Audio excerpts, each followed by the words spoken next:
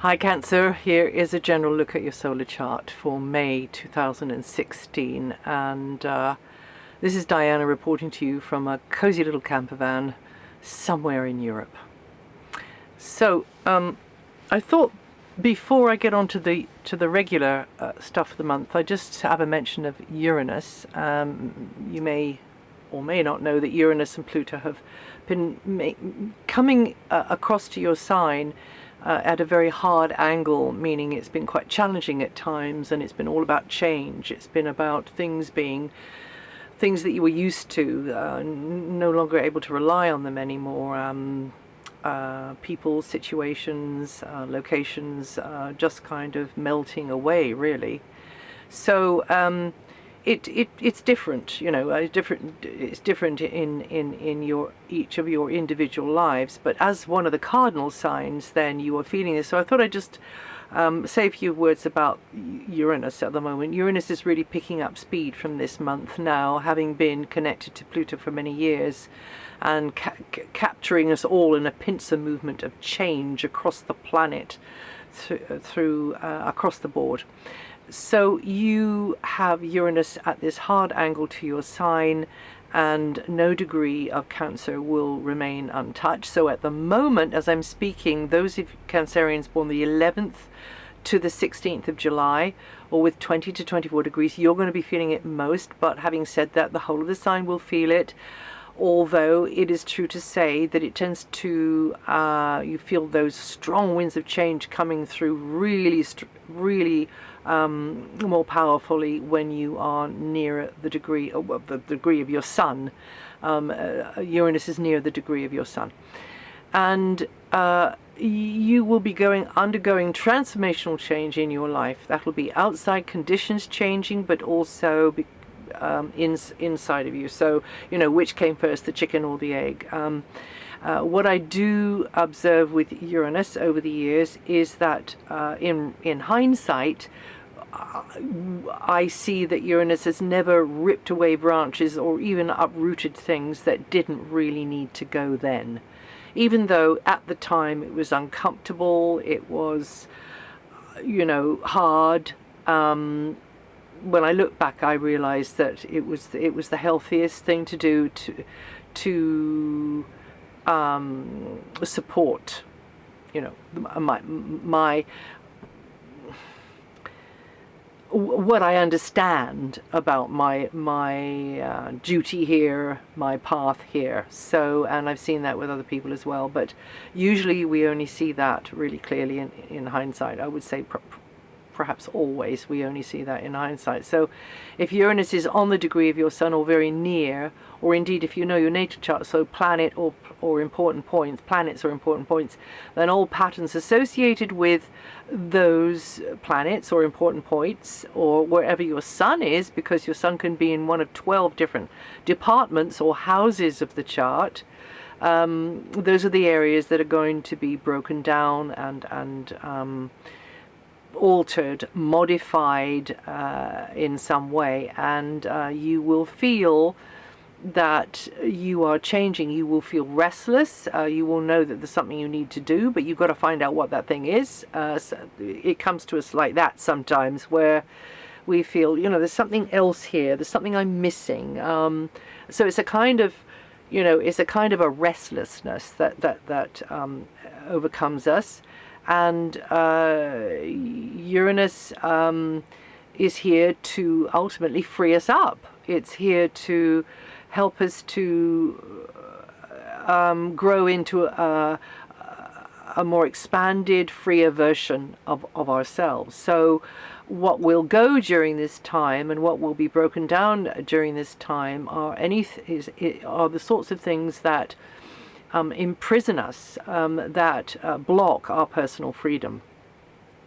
And some of you will be saying, yippee, but actually it might not be the things you think, because some things which block our personal freedom, I suppose, are our tasks, our challenges to work with and master and overcome. So we need those resistances in our life. But other things, and this is Uranus's job, are, you know, they're done with. We don't need to go there anymore. And also depends on where you're at in your life, and basically how you're vibrating in your life as well. But Uranus, I've seen, causes reversals of fortune. So if you've been riding high, then and being maybe neglectful or inconsiderate or too much in your ego, then you will be taken down a peg or two. And if it's the other way around, which mostly it is, you know, down in the dumps, then the Uranian energy can really reverse that. But perhaps in a way which is uncomfortable, which is a hassle, which is not how you choose it, you know, in an ideal world. And that's just the way of it. But that's the way Uranus operates. And old obligations will start to feel limiting. Old scenarios will start to feel frustrating. This is a time for experimentation and exploration and personal freedom. And a rebellious attitude will overtake you at times, and that will put your evolution on the fast track, that's for sure. Others will raise their eyebrows because they won't quite know what's going on. And also you will start to put yourself first more, probably, especially if you've been in the habit of putting others before you. Uranus does rule science and technology, so maybe that will come into your life more. It also rules anything fringe, anything way far out, you know, literally, like off-planet beings, UFOs. Rules astrology as well. Anything really a little bit bizarre. The occult. It rules electricity, actually, and there's lots of things that Uranus rules.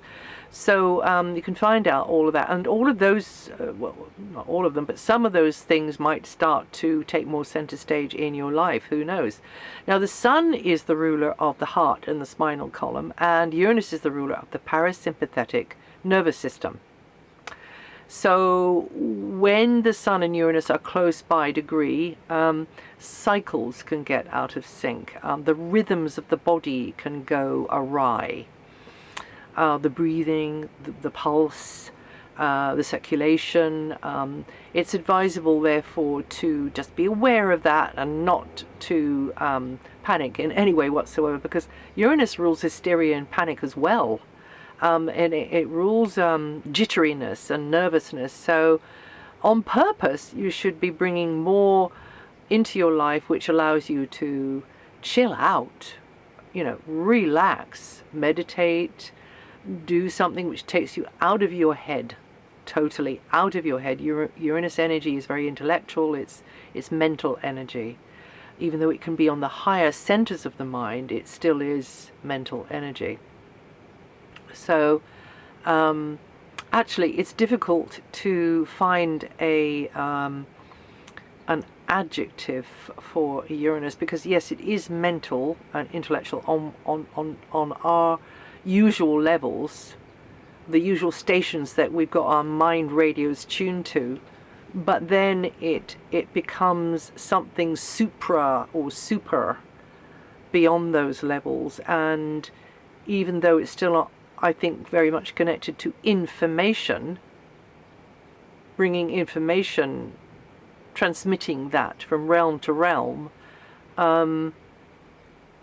which you could say is kind of intellectual, is mental. It can be such mind-blowing information that it has it can cause a complete epiphany on all levels, not just the mind, but mind, body, emotions, whatever else of us we have. You know, the whole of our field can be stimulated and lit up by Uranian energy.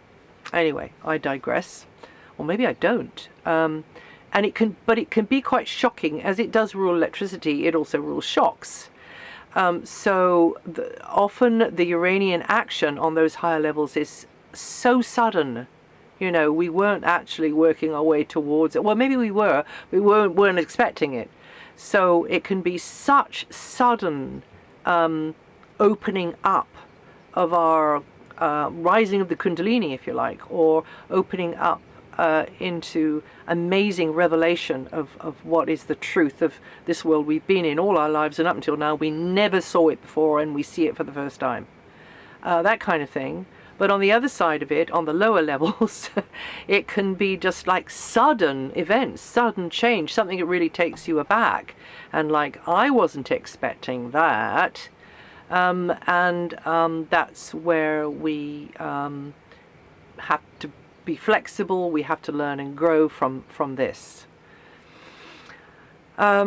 Okay, so the Sun and Uranus, monitoring the health situation because of the rhythms in the body, not to any obsessive degree. What I mean is maybe just cleaning up your act a bit with diet and exercise, maybe getting a checkup just to see, you know, how things stand at the moment, and then cleaning up your act. But as I've been saying on the other videos, fruit is the way to go. Friends, fruit has the secret. So, you know, the best quality fruit that you can get, but that really does tend to cleanse and clean and purify, and you start to see things better, you start to think more clearly, and it's good stuff is fruit. Because it's vibrational, it has prana, it's alive, it's not dead.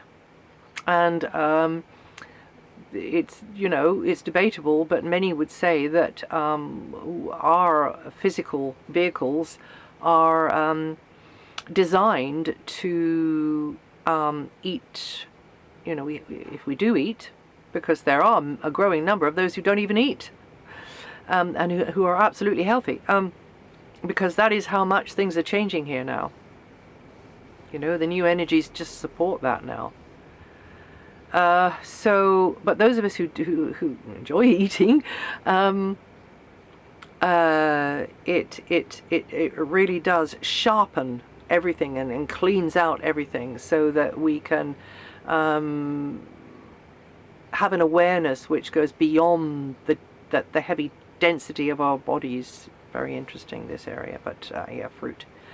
So now, where was I? I was talking about Uranus, yeah. And the Sun and Uranus together, so looking into the health, and also the meditation, the relaxation, because Uranus is such a wired energy. So yeah, and the Sun also governs our spiritual core, and is and its vibration is our essence. We are beings of light having a human experience. Yeah, difficult to know that from the body outwards, but from the being of light part into the body, it's a no-brainer. Uranus comes to unlock the unique expression of yourself from that vital core. Uranus is here to liberate you. So some of the old programs you've been indoctrinated with will fall away, revealing a truer reflection of your essence. And the more we cling on to the way it is or was, and the more we wanted to go back to the way it was, probably the more painful the Uranian winds of change will be, you know, because our sails will be flapping, because we're not going into and getting the wind billowing our sails, you see. Now, the house that Uranus is in is always important. So you can only know that if you know your natal chart. So you can look into that if you want to. Now, for the other news, in brief, this is a very progressive time for you. Actually, the Sun, Mercury, and Venus are in your Uranian part of the chart. So this is the time for you to start seeing things differently, getting the ball rolling on things. Networking is a key thing. Group work, connecting with people as a group, being experimental, thinking experimentally, playing with ideas, playing with different equipment even, you know, that kind of thing, for communications or otherwise, and feeling supported by the group, mutual support going on there, and a friendly sort of feeling, and ironing out any inner sort of turbulence or imbalances and the like. Mars is retrograde all month, and so actually is Mercury up until the 22nd, so there can be slowdowns, hold-ups, delays there with travel or communications or paperwork or people getting back to you or whatever it's about. Mars retrograde tends to mute the drive and the fire of Mars going forward, so you just have to take it more in a strategic, steady kind of a way as you move forwards in the area of work and health as well, and maintaining things, fixing things, and anything related to work, health, or fitness, and being of service to others, very much so, and others being of service to you. And collaborations can be productive and achieve success, but a co-worker or helper may try your patience. Still, it may be a small price to pay if you do, if you are productive, will get your act together in the process. And the Sun moves on the 21st into a more introspective kind of modality, same as Venus. Maybe you're uncertain of your feelings about someone or something then, and it's a bit up in the air, you don't quite know. It can be a bit like that. Now, Saturn is in your area of the job, health matters, and all manner of practical tasks, and this is a service-orientated area of your solar chart. It's going to be there until the end of 2017, and so keeping ahead of the game with the practical side of things, and with co-workers, just really being, putting your nose to the grindstone and getting that structure together, getting that schedule together, getting getting yourself organized with what it is that is really worthwhile for you to go forward with. So it might not be the shoulds and the musts. It might be something that you really enjoy, that you've got to get organized with, and bring it more into your life. Cancerians born the 3rd to the 8th of July with 12 to 16 degrees rising, going to feel that energy the most.